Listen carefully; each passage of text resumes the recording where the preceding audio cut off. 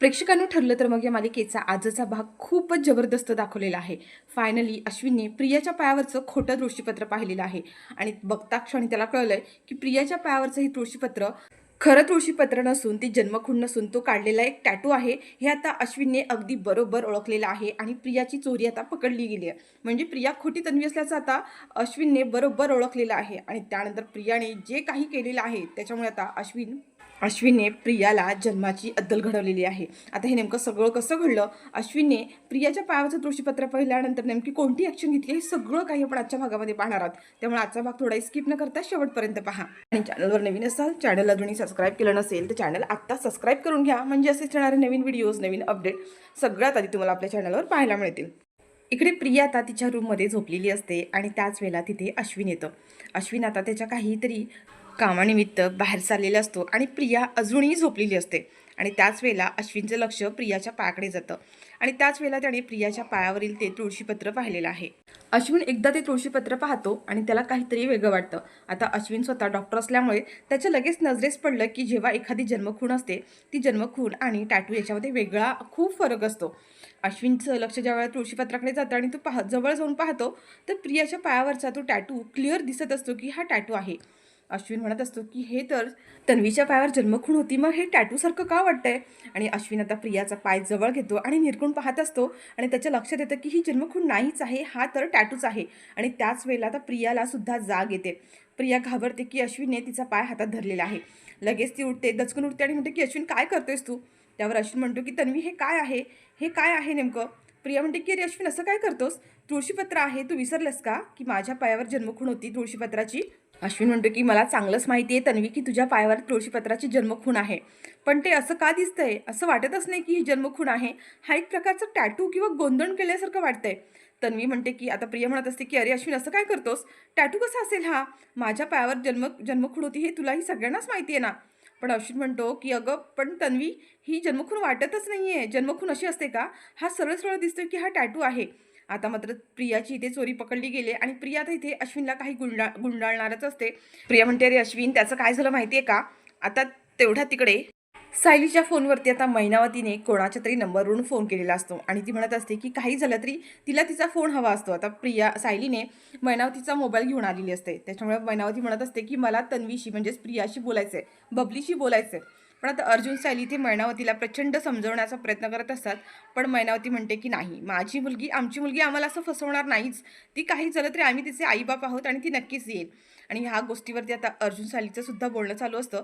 मैनावती ऐकायला तयारच नसते. मैनावती म्हणत असते की तू म्हणाली होतीस की 24 तासाच्या आत तू आम्हाला या गोष्टी क्लिअर करणार होतीस, म्हणजे आम्हाला दाखवून देणार होतीस ना. मग आता 24 तास तर व्हायला आले, ते काय नाही, तू मला माझा मोबाईल दे, मला बबलीशी बोलायचंय, मला तिच्याशी भेटायचंय. आता मैनावतीचा हा हट्ट असतो आणि ती फोन ठेवून देते. आता अर्जुन सायली म्हणत असतात की आता काय करायचं. मैनावती ऐकायला तयारच नाहीये. आता प्रियाचा खरा चेहरा त्यांच्यासमोर आणायलाच हवा आणि त्यासाठी आता अर्जुन सायलीचा एक वेगळाच प्लॅन सुरू झालेला असतो. तर इकडे मात्र अर्जुनने आता प्रियाच्या पायावरचं ज्या वेळेला तुळशीपत्र पाहिलंय त्याला तर मोठा धक्काच बसलाय की प्रिया म्हणजेच तन्वी आपल्यापासून काहीतरी लपवण्याचा प्रयत्न करते. शेवटी अश्विन हा डॉक्टर आहे आणि ज्या क्षणी त्याने ते तुळशीपत्र पाहिलंय त्याला लगेचच कळलंय की ही जन्मखूण असूच शकत नाही. प्रिया मात्र अश्विनला आता समजावत असते की रे अश्विन तुला कसं सांगू, ही जन्मखूणच आहे. बाबांनी सुद्धा पाहिलं रे, जेव्हा मी तन्वी म्हणून आले ना तेव्हा बाबांनी या जन्मखूनवरूनच मला ओळखलं होतं की मी त्यांची मुलगी आहे. तू असं काय करतोयस. आता अश्विन म्हणत असतो की तन्वी, जरी रविराज काकांना माहीत नसलं तरी मी एक डॉक्टर आहे आणि मी एखादी गोष्ट बघता क्षणी सांगू शकतो की कोणती गोष्ट खरी आहे आणि कोणती खोटी आहे. अश्विन प्रियाला तिचे दोन्ही पाय दाखवायला सांगतो. प्रियाच्या एकाच पायावरती तुळशीपत्र आहे आणि अश्विनची पूर्ण खात्री असते की हे तुळशीपत्र 100% खोटं आहे. आता अश्विन म्हणत असतो की ठीक आहे, मी आत्ताच्या आत्ता रविराज काकांना बोलवतो आणि आपण आत्ताच्या आता खरं खोटं करून टाकूया. आता इथे अश्विनला मात्र ह्या गोष्टीवरती अजिबातच विश्वास बसत नाहीये की ही जन्मखूण आहे आणि त्यासाठी त्याने आता इथे सगळ्यांनाच बोलवलंय. रविराज, प्रतिमा, अर्जुन सगळेजण इथे आता आलेले आहेत आणि त्याच वेळेला आता इथे प्रियाच्या पायावरचं जे तुळशीपत्र आहे ते तुळशीपत्र रविराजांना आणि प्रतिमाला अश्विन दाखवतो आणि म्हणतो की रविराज काका बघा, हे तुळशीपत्र तन्वीच्या पायावर हे असंच तुळशीपत्र होतं का. त्यावर रविराज म्हणत असतात की हे तुळशीपत्र तर निळ्या रंगाचं आहे आणि तन्वीच्या पायावर जे तुळशीपत्र होतं ते पूर्ण काळ्या रंगाचं, डार्क काळ्या रंगाचं होतं. हे असं कसं? त्यावर प्रिया म्हणते की बाबा असं काय करताय? माणूस जसं मोठं होत जातं तसं रंगरूपसुद्धा चेंज होत जातात ना. लहान असताना ते निळं दिसत होतं असेल, पण आता ते काळ्या रंगाचं झालंय. त्याच्यात काय एवढं? तुळशीपत्र आहे हे महत्त्वाचं आहे ना. ही माझी जन्मखूण आहे आणि ती तळपायावर आहे हे तुम्हालाही माहिती आहे. पण आता इथे अश्विनचा विश्वास बसतच नाहीये आणि त्याच वेळेला मात्र आता प्रतिमाने अशी काही गोष्ट सांगितलेली आहे की ज्याच्यामुळे प्रियाच्या चेहऱ्यावरचा रंगच उडालेला आहे. आता इथे प्रतिमा सांगत असते की ही मुलगी एक नंबरची खोटारडी आहे आणि खोटं बोलतीये. अश्विन जे सांगतोय ना तेच बरोबर आहे. हे जन्मखूण नाहीच आहे, हे काढलेलं एक गोंधळ आहे. हे सरळ सरळ दिसतंय त्याच्याकडे बघून. प्रिया म्हणत असते की अगं आई असं काय करतेस? तुला नीट आठवत नसेल, तू नीट बघ ना. हे तुळशीपत्राची खूण माझी जन्मखूणच आहे. त्यावर प्रतिमा म्हणते की नाही, जन्मखूण असूच शकत नाही, कारण तन्वीच्या उजव्या पायावरती तुळशीपत्र होतं आणि तुझ्या डाव्या पायावरती आहे.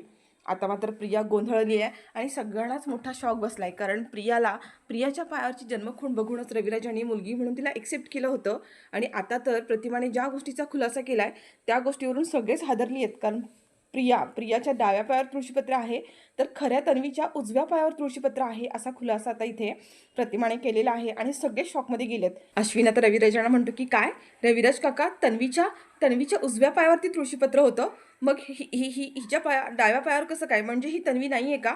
ही खोटी मुलगी आहे? त्यावर प्रतिमा आता पुढे म्हणते की हो, ही आपली तन्वी असूच शकत नाही, कारण तन्वीच्या खरंच उजव्या पायावरती तुळशीपत्र होतं आणि हिच्या डाव्या पायावरती आहे, म्हणजे ही आपल्या सगळ्यांनाच फसवते. आणि आता इथे हे सगळं ऐकून सगळ्यांनाच खूप मोठा धक्का बसलाय, खूप मोठा शॉक बसलाय. प्रिया म्हणते अगं आई असं काय करतेस? तुला आठवत नसेल, तू ना बऱ्याच गोष्टी विसरल्यात. बरेच वर्ष तू माझ्यासोबत नव्हतीस म्हणून तुला कदाचित आठवत नसेल. तू नीट आठव. अगं माझ्या डाव्या पायावरच तुळशीपत्र होतं, असं काय करतेस? त्यावर रविराज म्हणत असतात प्रतिमाला जरी आठवत नसलं तरी मला नीट आठवते. प्रतिमा जे बोलते ना तेच खरं आहे. तन्वीच्या उजव्या पायावर तुळशीपत्र होतं, डाव्या नाही, आणि हे पूर्ण आजीला सुद्धा माहिती आहे. आणि त्याच वेळेला आता प्रिया मात्र पूर्ण घाबरली आहे, घामाघूम झाली आहे. तिला कळतच नाही की आता काय करावं. आणि आता ह्याच वेळेला प्रियाचं भांडं फुटलेलं आहे. प्रिया खोटी आणि तोतिया तन्वी असल्याचं आता इथे समोर आलेलं आहे. आणि त्याच वेळेला आता अर्जुन म्हणत असतो की प्रतिमा आत्या आणि रविराज काका, तुम्ही जे बोलताय ना तेच खरं आहे. ही तुमची मुलगी नाहीच आहे. पण इतके दिवस झाले मी ही तुम्हाला गोष्ट सांगितली नाही, कारण ही गोष्ट मला आधीच माहीत झाली होती की ही मुलगी खोटारडी आहे. पण काय आहे ना, हिच्या विरोधात आमच्याकडे तसे काही ठोस पुरावे नव्हते आणि आज तुमच्यामुळेच ही गोष्ट समोर आलेली आहे. आणि त्यानंतर प्रतिमा प्रियाच्या जवळ येऊन एक सणसणीत कानाखाली लावून देते. तर इकडे मात्र अश्विन मात्र पूर्णपणे हादरलाय, कारण त्याला प्रचंड आता गिल्टी वाटत असतं की प्रिया खोटारडी आहे, खोटी तन्वी आहे, तिने आपल्याला फसवलंय.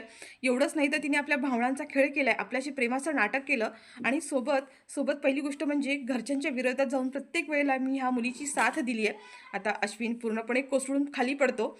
अश्विन खाली पडल्यानंतर आता अर्जुन त्याला जाऊन सावरतो आणि म्हणतो की अश्विन, ह्याच कारणासाठी इतके दिवस मी हे सत्य तुमच्या सगळ्यांच्या समोर आणलं नाही. आम्हाला तसे काही ठोस पुरावे हवे होते आणि आता प्रियाचा खरा चेहरा सगळ्यांच्या समोर आलाच आहे.